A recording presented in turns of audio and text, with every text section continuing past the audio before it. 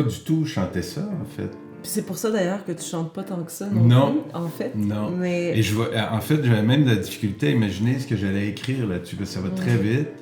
C'était vraiment plus le style par rapport à ce qu'on avait fait à date pour l'album. C'est la dernière qui est arrivée, faut le dire. C'est la dernière chanson. En plus, moi, je pensais qu'on avait tout. Puis là, tout à coup, il y avait ça qui s'ajoutait. Puis je trouvais qu'on commençait un nouveau disque, en fait.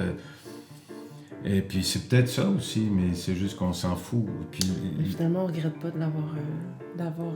Moi, je regrette pas que tu t'aies écrit ce texte-là. Non, j'aurais aimé ne pas avoir à l'écrire, ouais, je comprends, par exemple. Aussi. Quelques jours avant, j'ai reçu ça, puis quelques jours après, on a perdu Béatrice.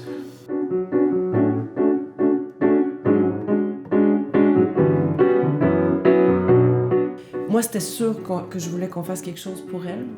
Et puis, j'ai trouvé ça génial, l'idée que ça arrive sur une musique comme ça, qui était déjà là, mais qui était très up-tempo, pour donner une espèce de coup de poing dans l'horreur, en fait, de ce qui s'est passé. C'est son image aussi, Béatrice. C'est la chanson la plus pop de l'album, puis Béatrice était extrêmement pop. On